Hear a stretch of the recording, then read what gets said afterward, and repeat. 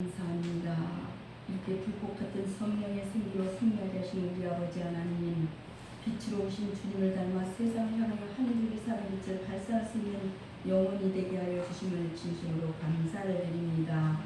메마른 가며 같은 세상을 살아가면서 넘어지고 자빠지고 탈진하며 살 때도 있었습니다.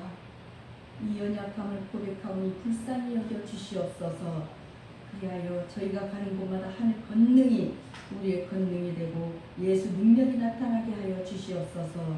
오늘 예배를 통해서 저희가 지혜와 믿음의 힘을 얻게 하여 주시고 하나님은 영원토록 영광을 받으옵소서. 예수 그리스도의 이름 받도록 감사하며 기도하옵나이다. 아멘. 네, 8월이 지나고 9월이 됐습니다. 새로운 달이 됐습니다. 아무 힘들고 어려워도 이렇게 지나갑니다. 아무리 어렵고 큰 일도 분명 시작은 존재하기 마련입니다. 따라서 모든 일을 시작이 없으면 이루어질 수가 없습니다. 그럴 때 비록 전리길도 한 걸음부터라는 표현을 씁니다. 큰 일이라도 그러니까 작은 일부터 시작합니다. 즉 어떤 일이든 시작이 중요하다는 뜻입니다.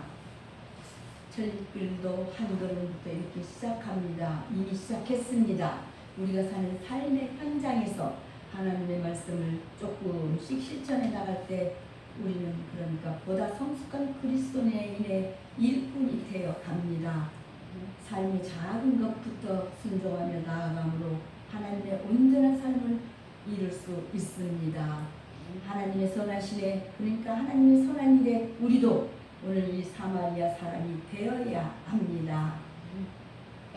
우리 인생에도 다수의 의견을 따라가게 되는 일들이 많습니다. 그때마다 자연스럽게 그곳에 녹아 들어가는 것이 아니라 우리는 진리이신 예수님을 붙들어야 합니다. 무분별하게 이 시대를 본받고 따라가는 것이 아니라 하나님의 선하시고 기뻐하시고 온전하신 뜻이 무엇인지 분별하며 살아가야 합니다. 하나님은 사람들보다 더 높고 깊고 넓게 생각하십니다. 당대에 그러니까 지혜자들이 깜짝 놀랄 정도의 지혜를 예수님이 말씀하셨습니다. 예수님이 이웃이 누구인지를 듣는 율법교사의 질문에 강도 만난 이웃이 누구인지를 듣는 율법교사의 질문에 강도 만난 사람과 도와주는 사람의 이야기를 하시며 진정한 이웃의 모습을 가르치셨습니다. 예수님은 진정한 이웃이 어떤 사람인지를 비유로 가르치셨습니다. 남의 이명에 유난히 신경을 쓰는 사람이 있습니다. 다른 사람이 보기에 그러니까 첫인상이 말끔하도록 외모와 복장에 신경을 쓰는 사람도 있습니다. 누가 자기를 칭찬하면 기분이 으스대고 좋고 비난하면 기분이 나쁜데 비난하는 일에 유난히 더 신경을 쓰는 사람이 있습니다.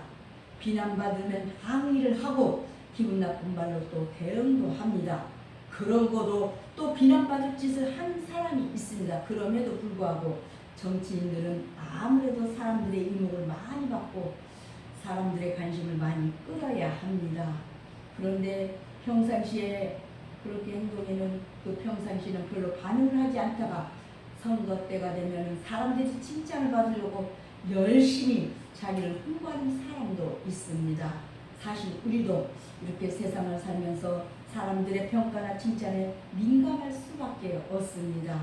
그러나 평가와 칭찬에 민감하기보다 바르고 성실하게 살면 칭찬이 저절로 따라옵니다. 결과를 중요시하는 이런 세상에서는 결과가 나쁘면 가정이 어떻게 됐든 간에 비난을 받을 수가 있습니다. 그러나 나쁜 수단으로 좋은 결과를 이루면 나중에는 어떻게 돼요? 수단이 별미가 되어 비난을 또 받게 됩니다. 믿음의 사람들은 어떻게 해야 할까요? 믿음의 사람들은 세상의 평가보다는 그러니까 하나님의 상주심과 심판에 민감해야 합니다. 하나님이 믿음의 사람들을 보고 계십니다. 계속 이렇게 주시하고 계십니다. 성실한 믿음으로 하나님의 뜻을 바르게 행하면 하나님이 아름답게 보시며 잘했다고 칭찬하십니다. 덩달아 그러면 세상에 칭찬도 따라올 것입니다. 오늘 내가 누가 내 이웃인가? 이웃의 조건을 오늘 말씀을 통해서 한번 보겠습니다. 첫째로 옳게 보이려는 질문을 받으신 예수님. 네, 오늘 본문에 비우는 현대인이 특징인 바로 이기주의를 적절하게 지적해주고 있습니다. 사람은 쉽게 행해지는 것이 아닙니다. 사랑은 그러니까 사랑의 모범을 보여야 할 제사장도 레위인도 강도 만난 사람을 지나치고 말았습니다. 단지 사회적으로 천대받은 한 사마리아인만이 사랑을 베풀어 주었습니다. 어둠이 짙을수록 미세한 불빛이라도 그 밝기가 훨씬 강하듯이 죄로 어두워진 이 시대에 작은 사랑의 실천자가 요청되고 있습니다. 어떤 율법교사가 예수님께 무엇을 하면 영생을 얻을 수 있겠느냐고 질문했습니다. 예수님은 율법에 기록된 것을 상기시켰습니다. 이웃을 사랑하라는 말씀으로 대답하는 그런 율법교사에게 예수님 그대로 행하면 살 것이라고 응답하셨습니다. 그런데 율법교사가 갑자기 자기를 옳게 보이려고 예수님께 질문을 합니다. 내 이웃이 누구입니까? 일반 사람들이 이웃이라고 하면 옆집에 사는 사람 정도로 이렇게 생각할 것입니다. 그러나 옆집에 산다고 해서 진정한 이웃이라고 말하기도 그렇습니다.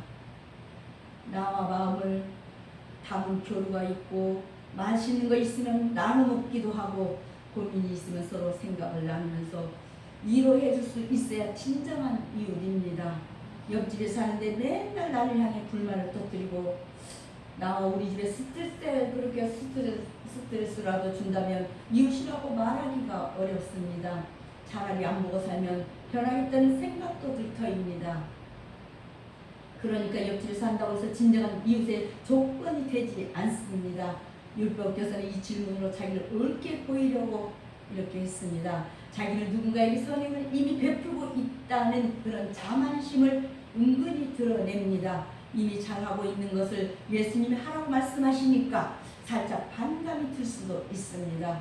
아니면 예수님이 말하는 이웃이 누구인지를 알고 반박을 해보려는 의도인지 모릅니다. 예수님은 이렇게 사람의 이런 마음까지도 아십니다. 율법교사가 예수님께 무엇을 해야 영생을 얻을 수 있는지를 물었습니다. 그러나 사실 그는 율법이 무엇을 요구하고 있는지 잘 알고 있었습니다. 그럼에도 불구하고 그 율법사는 예수를 시험해 보려고 그렇게 물었던 것입니다.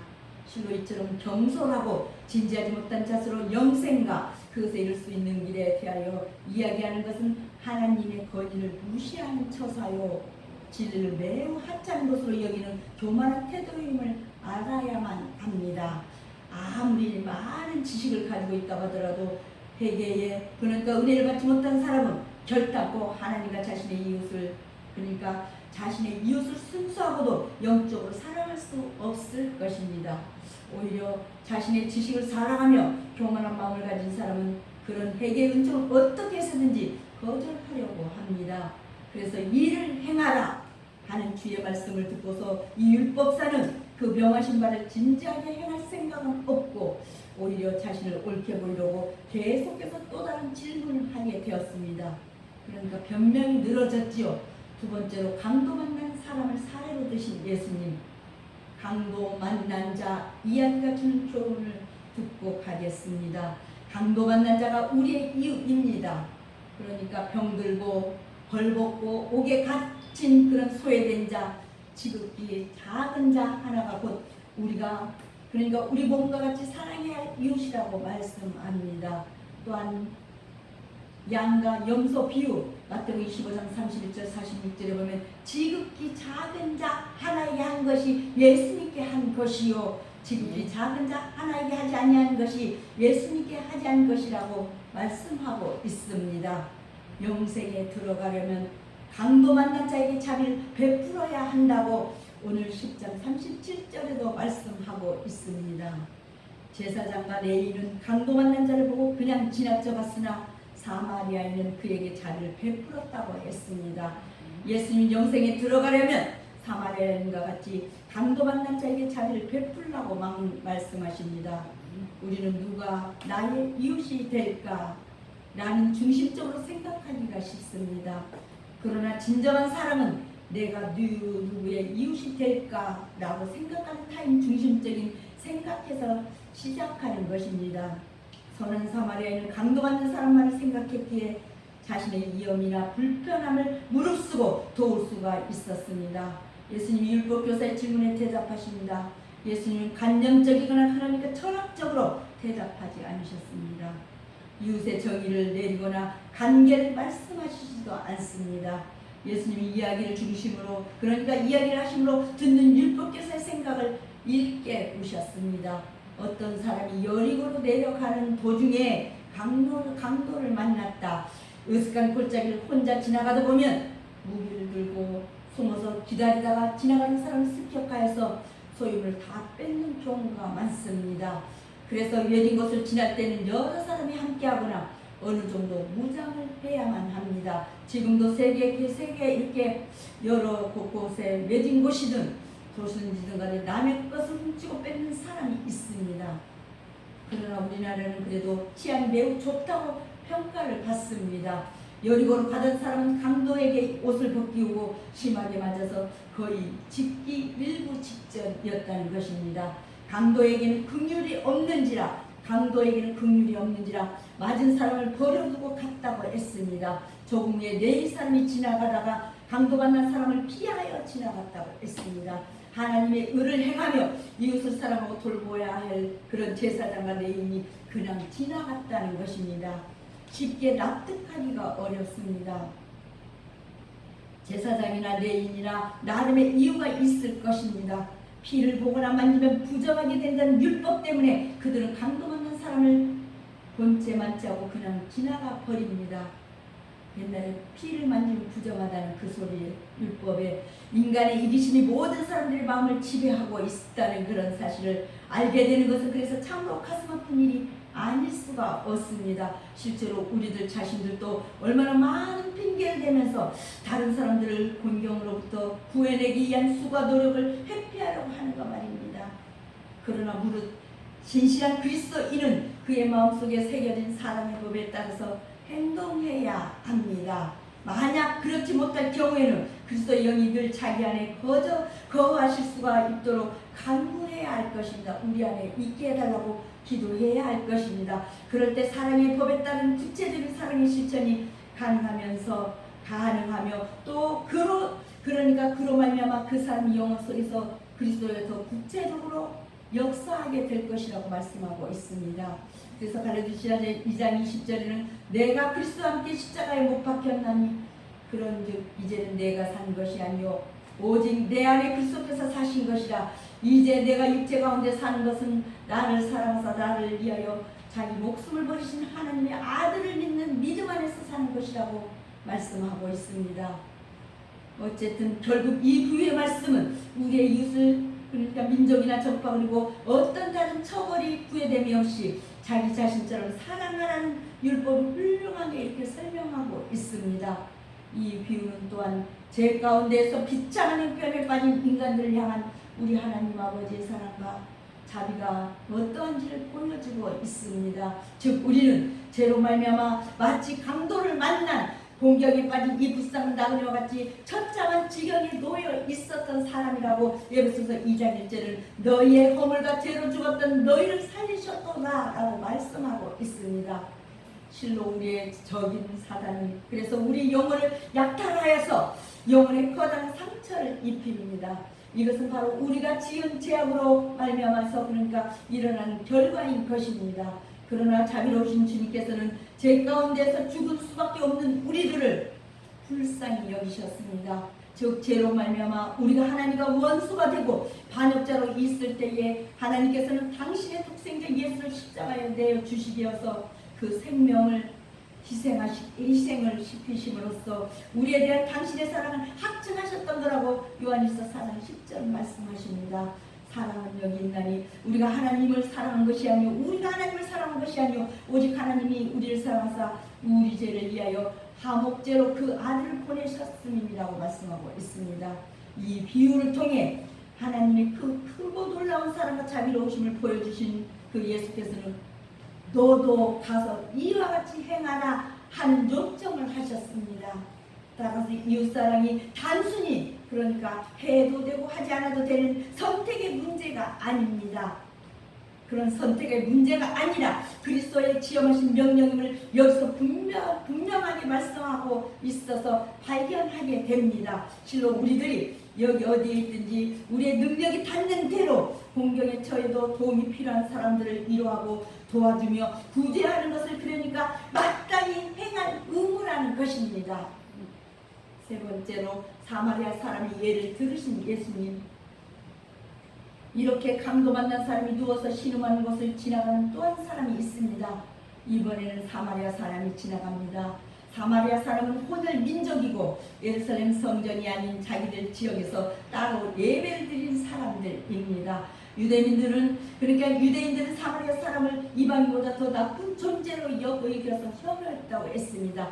사마리아 사람과 이야기는 고사하고 그러니까 사마리아 지역을 통과하기만 해도 부정하다고 생각해서 사마리아를 거쳐가는 지름길을 놔두고도 일부러 먼 길을 돌아가기도 합니다. 유대인들의 이런 의식 속에 사마리아 사람은 짐승과 같은 존재입니다.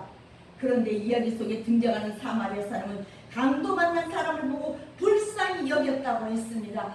가까이 가서 강도 만난 사람을 치료해 줍니다. 그리고 자기 동물 그러니까 짐승의 강도 만난 사람을 태워서 주막까지 간 후에 치료해 주었습니다. 이튿날 또 그리고 사마리아 사람은 주막 주인에게 돈을 주면서 강도 만난 사람의 치료를 부탁까지 합니다. 만약 돈이 더 들린다면 돌아올 때 청산하겠다고 약속까지 합니다. 이야기에 등장하는 사람들의 행동은 바로 사람들의 고정관념과는 너무나 다릅니다. 이웃을 사랑해야 하는데 제사장과 레위인은 못 본 척 지나가고 사람이 아니라고 손가락질을 받는 이 사마리아 사람은 마음과 정성을 다해 강도 만난 사람을 도와줍니다. 이야기를 하는 사람은 이렇게 등장인물의 성격과 행동을 마음대로 만들어냅니다. 선한 사마리아인은 강도 만난 사람을 보자 불쌍히 여기고 치료를 해준 뒤 자신의 돈을 치료비용까지 부담하였습니다. 그리고 돈이 더 들면 들 경우 자신이 그것까지 부담하겠다고 또 하였습니다. 그런 식으로 최선을 다하는 진정한 사랑을 실천하였습니다. 이러한 사랑의 실천자가 바로 그리스도인이 되어야 합니다. 누가 선한 이웃입니까? 자신을 던져 죽어가는 이웃을 위해 지금 이 시간에 건져주는 자입니다. 이를 행하라 그러면 살리라. 오늘 10장 28절 말씀하고 있습니다. 율법에 기록된 대로 하나님을 사랑하고 이웃을 우리의 몸과 같이 사랑하면 영생에 들어간다는 그런 뜻입니다. 율법의 완성은 사랑입니다. 로마서 13장 8절 10절은 사랑은 율법의 완성이라고 말씀하시고 또 4장 19절은 사랑은 우리의 생명이라고 말씀을 하십니다.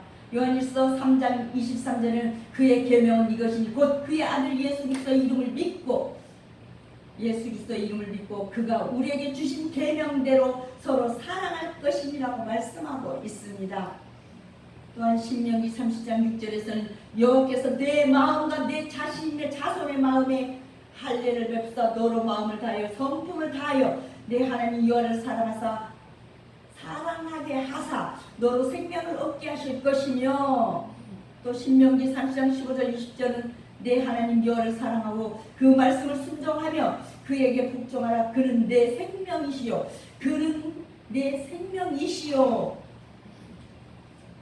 우리의 생명이라고 말씀하십니다. 이렇게 사마리아 사람의 예를 들으신 예수님께서 마지막으로 진정한 이웃을 깨닫게 하시는 예수님 왜 이런 이야기를 하셨겠을까요? 당연히 이웃이 누군가에 대한 대답으로 이야기를 하였습니다. 이 이야기를 보는 수많은 학자들이 상징적으로 해석을 하였습니다. 초대교로부터 중세 그리고 종교개혁 시대에 이르기까지 그러니까 예루살렘, 여리고 강도 만난 사람, 제사장, 레위인, 사마리아 사람을 상징적으로 해석하는 경향이 매우 많았습니다. 예를 들어 예루살렘은 교회이고 여리고는 세상이며 강도 만난 사람은 기독교인이라는 그런 시입니다. 사마리아 사람은 예수님을 상징함으로 예수를 만나야 구원을 받는다는 식입니다. 하지만 이런 상징적인 해석은 오늘 본문을 정확히 살피지 못한 결과일 뿐입니다. 이야기의 목적은 무엇인지 알고 싶으십니까? 예수님이 율법 교사에게 질문하신 것을 보면 됩니다. 내 생각에는 이 세 사람 중에 누가 강도 만난 자의 이웃이 되겠느냐? 율법교사는 차마 사마리아 사람이라고는 대답을 못하고 자비를 베푼 사람이라고 대답을 합니다. 예수님 율법교사에게 가서 너도 이와 같이 하라고 명하십니다. 예수님 이야기를 통해 진정한 이웃은 어떤 사람인지 무엇을 하는 사람인지를 알려주십니다. 그리고 이웃이 누구인지를 묻는 율법교사에게 먼저 좋은 이웃이 될 것을 권하십니다. 상징적인 해석보다 본문의 대화를 직관적으로 보는 해석이 훨씬 더 실제적입니다. 우리가 먼저 선을 행해야 합니다. 우리가 먼저 선을 행해야 합니다. 사랑하는 우리 목자교회 가족 여러분, 내 이웃이 누구이오니까? 오늘 하는 율법교사의 질문에 대하여 예수께서는 공경에 처했던 불쌍한 유대인이 선한 사마리아인의 도움으로 생명을 회복하게 되었다는 예를 이렇게 말씀해 주셨습니다. 비유에 나오는 이 불쌍한 사람은 여리고로 가다가 강도들을 만나게 되었습니다. 그때 강도들이 유대인의 옷을 벗기고 때려서 거의 죽을 정도로 만들어 놓고서 그를 버리고 가버렸습니다. 이렇게 강도를 만난 거의 죽게 된 유대인은 평소 최고의 사랑과 관용을 가르치며 최고의 종교적 건강을, 그러니까 경건을 자랑하던 동료 유대인들로부터는 무시를 당했습니다.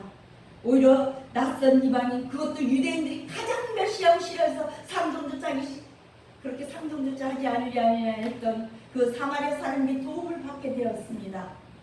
엉뚱한 사람에게 이렇게 도움을 받게 됐잖아요. 정녕 그 강도 만난 유대인에게 있어서 진정한 친구, 참된 이웃은 바로 목숨이 이대한 것도 불신하고, 그러니까 불사하고, 그것을 자기 목숨도 정말 죽을지도 모르는 그런 상황에서 유대를 친절히 도왔던 사마리아인이었던 것입니다. 결통적으로 가깝다거나 말로만으로 사랑으로는 결코 이웃이 될 수 없는 것입니다. 이타적 사랑, 자기를 내어주는 희생을 통해서 참된 이웃관계를 형성하는 것입니다. 영생은 율법사의 이런 연구나 율법 지침에서 얻는 것이 아닙니다. 주님은, 그러니까 주님의 생명을, 우리가 예수님의 생명을 우리가 받아들이고 주님을 믿는 일입니다. 그리할 때 이웃의 조건 그대로 나와드리고 선한 사마리아인으로서 우리가 가서 너도 이와 같이 하라 라는 그 말씀 속에 이번 한 주간이 그렇게 행해지리라 믿습니다. 기도하겠습니다. 하나님 감사합니다.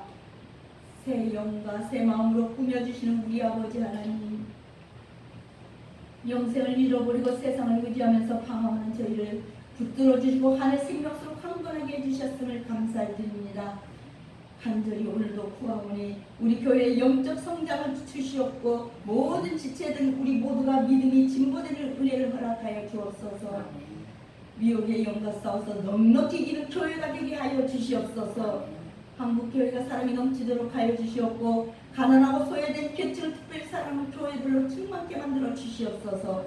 우리 교회가 기도가 충만하게 하시옵고 정말 믿음으로 충만케 하여 주셔서 늘 복음 전파에 앞장서 영혼 보내가는 한터가 교회의 본이 되게 만들어 주시옵소서.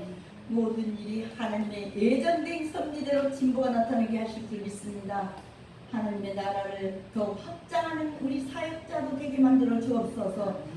주님은 감사와 축복의 기도로 기적을 이루시는 줄 오늘도 믿습니다. 영원히 굶주린 백성을 먹이시고 배고픈 사람도 먹을 수 있는 은혜를 베풀어 주시옵소서. 우리를 구원하시는 예수님의 이름으로 감사하며 기도드리옵나이다. 아멘.